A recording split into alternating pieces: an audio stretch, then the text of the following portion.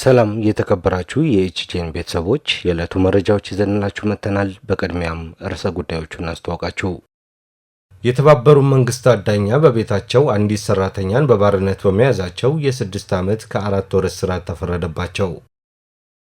አፕል ለአሜሪካ የሚያቀርባቸውን የአይፎን ምርቶች ከቻይና ውጪ ማምረት ጀምሬያለሁ አለ። ኢትዮጵያ በፕሬስ ነጻነት ይዞታዋ ከደረጃው ስታሽቆለቆል፣ ኤርትራ ደግሞ ከዓለም የመጨረሻ ሆነች። ኤንፒአር እና ፒቢኤስ ለተሰኙ ሚዲያዎች የሚደረገው ድጋፍ እንዲቋረጥ ትራምፕ ትዕዛዝ ሰጡ። በኢትዮጵያ የተሽከርካሪ ሰሌዳ ወይንም ታርጋ ለውጥ ለማድረግ የሚያስችል መመሪያ ጸደቀ። በየቀኑ ትኩስ ትክክለኛና ወቅታዊ መረጃዎችን ከምንጩ የሚያገኙበት የተመረጡ አስተማሪ ታሪኮችና ክስተቶችን ወደ እናንተ የሚያደርሰው ኤችጄን ዕለታዊ የመረጃ መርሃ ግብራችን እንሆ ተጀምሯል። በቆይታችን ቀደም ብለን የጠቃቀስናቸው መረጃዎች ጨምሮ አዳዲስ መረጃዎችን አክለን ወደ እናንተ እናደርሳለን። እንደተለመደው መረጃዎቻችን ለብዙዎች እንዲደርሱ ላይክ፣ ሼር እንዲሁም ሰብስክራይብ በማድረግ ቤተሰብ ይሁኑን።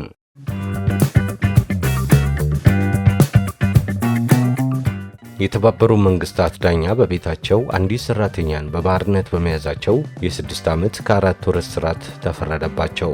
የ50 ዓመቷ ሊዲያ ሙጋምቤ በኦክስፎርድ ዩኒቨርሲቲ ፒኤችዲ እየተማሩ ሲሆን ወጣት ኡጋንዳዊት ሴትን ሳይከፍሏት ሰራተኛና ሞግዚት እንዳደረጓት ፖሊስ ደርሶበታል። በኡጋንዳ ከፍተኛ ፍርድ ቤት ዳኛ የሆኑት ሊዲያ ጥፋተኛ ሆነው ከተገኙ በኋላ በኦክስፎርድ ታስረዋል።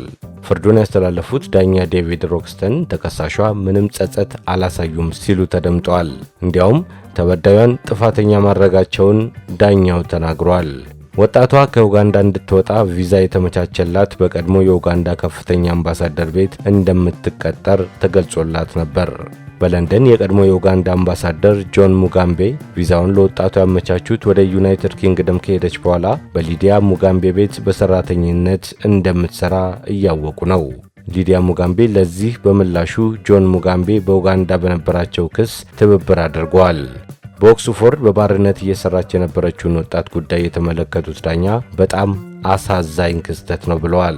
አቃቤ ሕግ ካርሎይን ሃግሊ በፍርድ ቤቱ ባነበቡት የወጣቷ ምስክርነት ላይ ወጣቷ ከፍተኛ ፍርሃት ውስጥ ነበርኩ፣ በተለይ ደግሞ ሊዲያ በኡጋንዳ ያላትን ቦታ ስለማውቅ ፈርቼ ነበር ብላለች።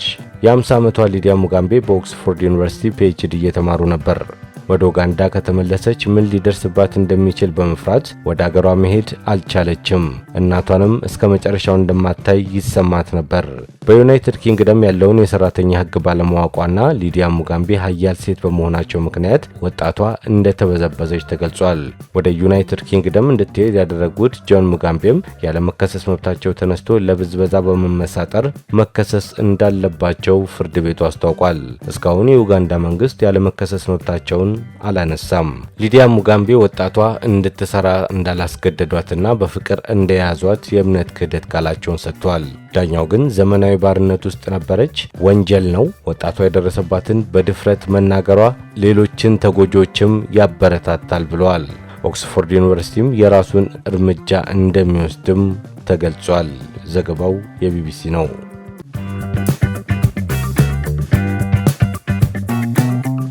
ኬንያ ከፈረቃ መብራት ለመዳን ከኢትዮጵያ ተጨማሪ የኤሌክትሪክ ኃይል ጠይቃለች። እየጨመረ የመጣውን የሀገር ውስጥ የኤሌክትሪክ ፍጆታ ለማሟላትና ሊከሰት የሚችለውን እጥረትን ለመቅረፍ ኬንያ ከኢትዮጵያ ከ50 እስከ 100 ሜጋዋት ተጨማሪ የኤሌክትሪክ ኃይል ለማግኘት የሚያስችላትን ድርድር መጀመሯን ኬንያ ፓወር አስታውቋል። ይህም በኬንያ ከምሽቱ 12 ሰዓት እስከ ምሽቱ 4 ሰዓት ባለው ከፍተኛ የኃይል ፍላጎት ወቅት የኤሌክትሪክ አቅርቦትን ለማረጋጋት ያለመ ነው ተብሏል። ኢትዮጵያ እንደ አውሮፓውያን አቆጣጠር በ2022 በተፈረመው የ25 ዓመት ስምምነት መሰረት በኪሎዋት 6.5 ሳንቲም ዶላር እያስከፈለች ለኬንያ 200 ሜጋዋት ታቀርባለች። ኬንያ የጠየቀችው ተጨማሪ ኤሌክትሪክ ኃይል ከታላቁ የኢትዮጵያ ህዳሴ ግድብ እንደሚገኝም ተዘግቧል። ስምምነቱም በቅርቡ እንደሚጠናቀቅ የኬንያ ሚዲያ ጨምሮ ገልጿል።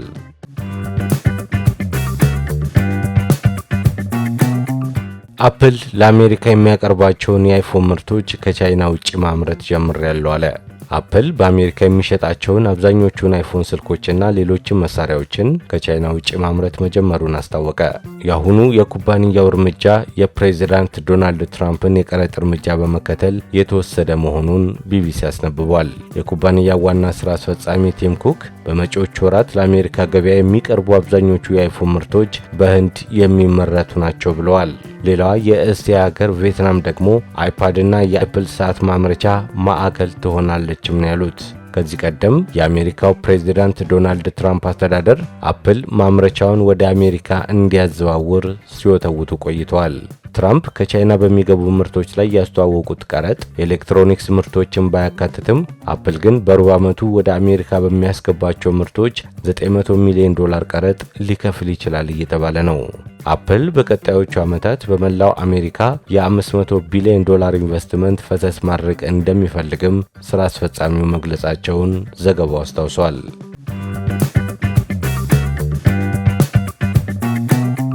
ኢትዮጵያ በፕሬስ ነጻነት ይዞታዋ ከደረጃው ስታሽቆለቆል ኤርትራ ከዓለም መጨረሻ ሆነች።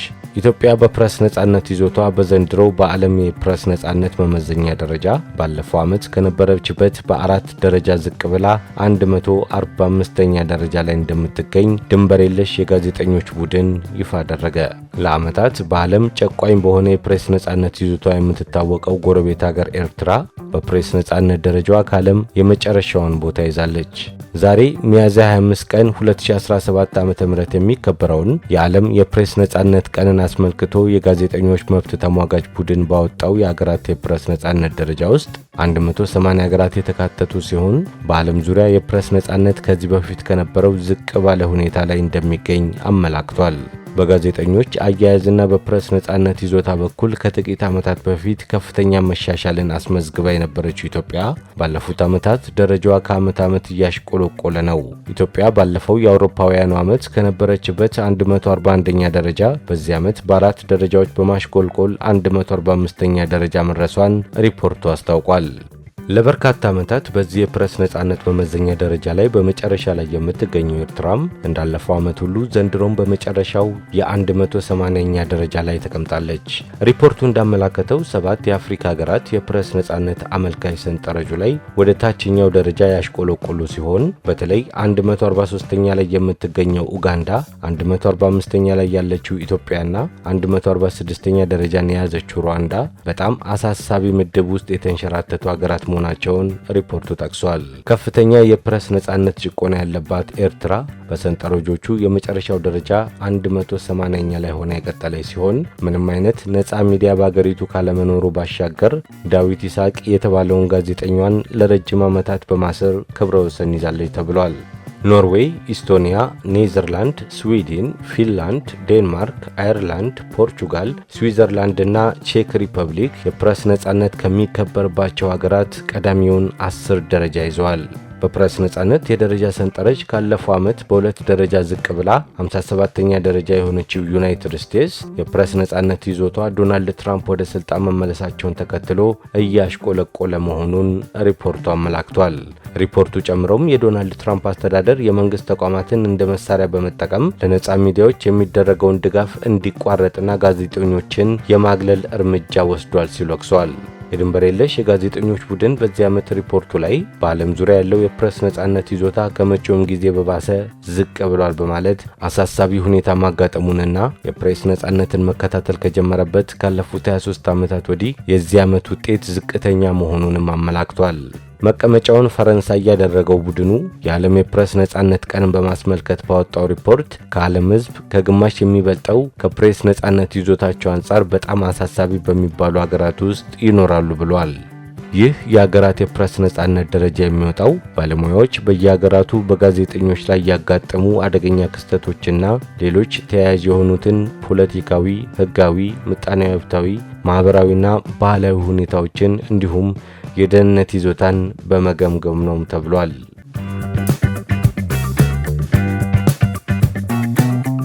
ኤንፒአር እና ፒቢኤስ ለተሰኙ ሚዲያዎች የሚደረገው ድጋፍ እንዲቋረጥ ትራምፕ ትዕዛዝ ሰጡ። የአሜሪካው ፕሬዚዳንት ትራምፕ ናሽናል ፐብሊክ ሬዲዮ ኤንፒአር እና ፐብሊክ ብሮድካስቲንግ ሰርቪስ ፒቢኤስ ለተሰኙት ሚዲያዎች መንግስት የሚሰጠውን ፈንድ እንዲያቋርጥ የሚል ልዩ ትዕዛዝ ፈረሙ። በዚህ ትዕዛዛቸው ላይ ሁለቱ ሚዲያዎች ለታክስ ከፋይ ዜጎች አግባብነት ያለው ሚዛናዊና ትክክለኛ መረጃ ማቅረብ ተስኗቸዋል ብለዋል። ዋይት ሀውስ ባወጣው መግለጫ ደግሞ የአሜሪካ ፕሬዝዳንት ወገንተኛ ለሆኑ ሚዲያዎች ድጋፍ መስጠት አቁሙ ሲል ገልጿል። ጨምሮም በአሜሪካ ታክስ ከፋዮች ገንዘብ ኤንፒአር እና ፒቢኤስ ግራ ዘመም ፕሮፓጋንዳን ሲያቀጣጥሉ ቆይተዋል ካለ በኋላ ይህ ደግሞ ለታክስ ከፋዮች የማያስፈልግ መሆኑን አስታውቋል። ሁለቱ ሚዲያዎች በየዓመቱ በአስራዎች ሚሊዮን የሚቆጠር ዶላር ከመንግስት ሲያገኙ እንደነበር የገለጸው ዋይት ሀውስ ይህ እንደቆመም አስረድቷል።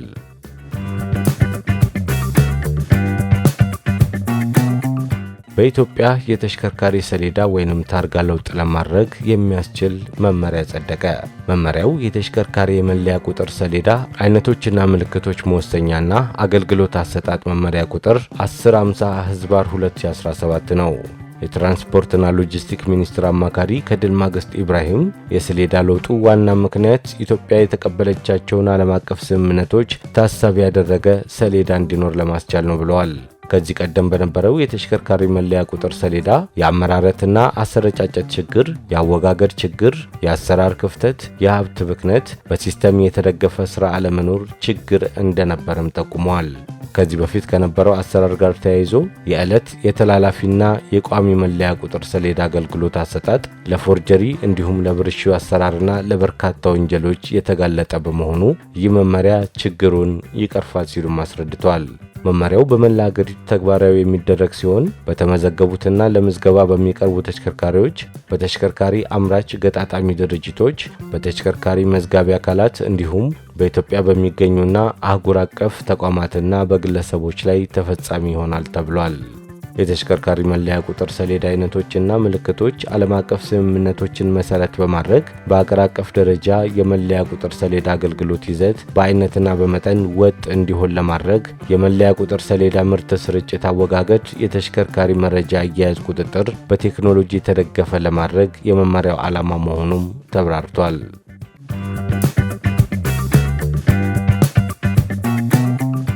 ለ6 ወር በሚስጥር የሰው ሰራሽ አስተውሎትን እንደ ፕሮግራም አቅራቢ የተጠቀመው ሬዲዮ ጣቢያ እያነጋገረ ነው። በአውስትራሊያ የሚገኝ የሬዲዮ ጣቢያ ሰው ሰራሽ አስተውሎትን እንደ ሴት ፕሮግራም አቅራቢ በመጠቀም ማንነቷን ሳይገልጽ የሬዲዮ ፕሮግራሙን ለ6 ወር ሲያስተላልፍ ቆይቷል። ያለፈው ዓመት መገባደጃ ላይ ነበር መቀመጫውን በሲድኒ ከተማ ያደረገው የአውስትራሊያ የሬዲዮ ጣቢያ የሆነው ካዳ አዲስ የፕሮግራም አቅራቢ የሆነችውን ታይን ለሕዝቡ ያስተዋወቀው። የወጣት ድምጽ ያላት አቅራቢዋ ታዲያ ከሰኞ እስከ አርብ ድረስ በቀን ለ4 ሰዓት የተለያዩ ሙዚቃዎችን የሚያስደምጥ ፕሮግራም ያላት ሲሆን በጥሩ መልኩ እየሄደም ነበር ሰዎች ስለ አቅራቢዋ ማንነት እስኪጠይቁ ድረስ። ታዲያ የዚህች ፕሮግራም አቅራቢ ተከታታይ የሆኑ አድማጮች አቅራቢዋ የአባት ስም የላትም፣ ስለሷ የኋላ ታሪክ ምንም አለመኖሩ አድማጮቹን ጥርጣሬ እንዲኖራቸው አድርጓል። አድማጮቹ የነበራቸውን ጥርጣሬና ጥያቄ እየጨመረ ሲመጣም የሬዲዮ ጣቢያው አቅራቢዋ ሰው ሰራሽ አስተውሎት መሆኗን ለአድማጮቹ ገልጿል። ይህ የሬዲዮ ጣቢያ በብዙዎች ዘንድ ይህን በማድረጉ ትችት የቀረበበት ቢሆንም በአውስትራሊያ የሬዲዮ ፕሮግራምን በሰው ሰራሽ አስተውሎት ማስተላለፍ በሕግ የማያስቀጣ በመሆኑ ቅጣት ሳይተላለፍበት ቀርቷል። የሬዲዮ ጣቢያውም ይቅርታ የጠየቀ ሲሆን የሰው ሰራሽ አስተውሎቱ ለሙከራ እንጂ የሰው ልጅን ድርሻ ለመተካት ምንም አይነት እቅድ እንደሌለው ጣቢያው መግለጹን ኦዲቲ ሴንትራል ዘግቧል።